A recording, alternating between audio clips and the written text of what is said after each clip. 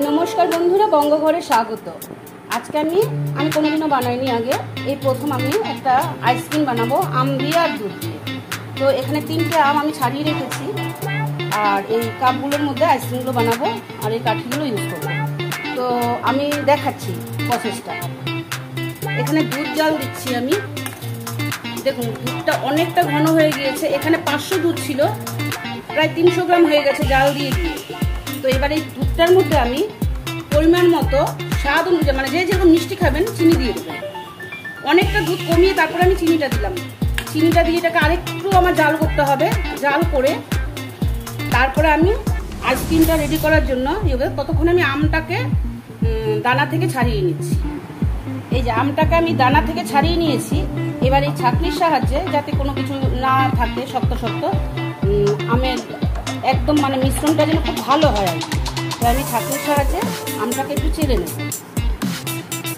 আচ্ছা এই দেখুন আমটাকে আমি এই ছাঁকনিটা দিয়ে ভালো করে চেলে নিয়েছি। আমটা দেখুন কোনো কিছু নেই, পুরো একদম স্মুথলি হয়ে গেছে। এবার এটাকে আমি দেখাচ্ছি কি করব।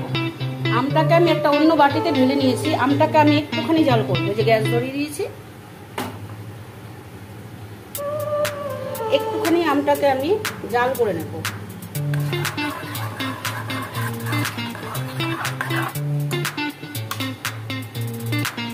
আমটা দেখুন দেওয়ার সাথে সাথে অলরেডি ফুটতে শুরু করেছে। আমটার মধ্যে আমি একটু চিনি দিয়ে দিলাম, অল্প দিলাম। আমি কিন্তু কোনো ফুড কালার ঠালার মেশাচ্ছি না, পুরো ন্যাচারাল ব্যাপার। আমি দুধ আর আম দিয়ে আইসক্রিমটা বানাবো। আচ্ছা দেখুন কেমনভাবে আমটা ফুটছে। আমটা মোটামুটি হয়ে এসছে। এবার আমটার মধ্যে আমি দুধটা দিয়ে দেবো। দেখুন দুধটা কতটা কমে গেছে। 500 দুধকে আমি কইটুকুনি করেছি, আরও কমে গেছে, প্রায় 200 গ্রামের মতো হয়ে গেছে। এবার আমি আমের সাথে মিশিয়ে দেবো। আমি দুধটা মিশিয়ে দিচ্ছি।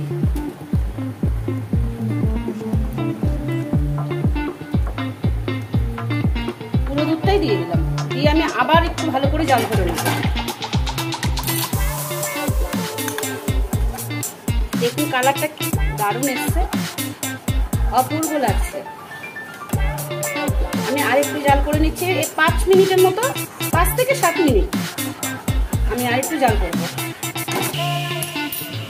আচ্ছা এই যে দুধ আর আম একসঙ্গে করে তো দিয়ে রেখেছিলাম, ঠান্ডা হয়ে গিয়েছে।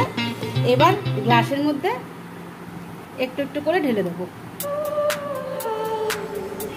এই যে ঢেলে নিচ্ছি। সবগুলো ফিল আপ করে আপনাদেরকে আমি দেখাচ্ছি। এই যে দেখুন সব ফিল আপ হয়ে গেছে। কেমন লাগছে বলুন দেখতে। এবার একটা করে উপরে কাঠি দিয়ে দিচ্ছি। আচ্ছা এগুলোকে তো ফিল আপ করা হয়ে গিয়েছে। এবার আমি ডিপ ফ্রিজে 5 থেকে 6 ঘন্টা রেখে দেবো, তারপরে দেখাচ্ছি আপনার। এই যে দেখুন আমাদের আইসক্রিম রেডি। আইসক্রিমটা কিন্তু একটা কথা বলিনি, ঠান্ডা দুধ মানে গরম আমটা যখন জাল দেওয়া হবে দুটোই ঠান্ডা করে মিক্সড করবেন, না হলে কেটে যেতে পারে। অনেক সময় আমের টকের কারণে দুধটা দিলে কেটে যায়। যারা প্রথম বানাবেন তাদেরকে বলছি আলাদা করে ঠান্ডা করে তারপরে মিক্সড করবেন। মিক্সড করে তারপরে এর মধ্যে ঢালবেন এই কাপের মধ্যে। এবার আমি একটা আইসক্রিম বের করে দেখিয়ে দিচ্ছি কেমন হয়েছে। দেখুন কি অপূর্ব লাগছে। দেখুন আইসক্রিমটা, বুঝতে পারছেন খেতে কেমন হবে। একটু খেয়ে দেখাবো, আমি একটু খেয়ে দেখাচ্ছি।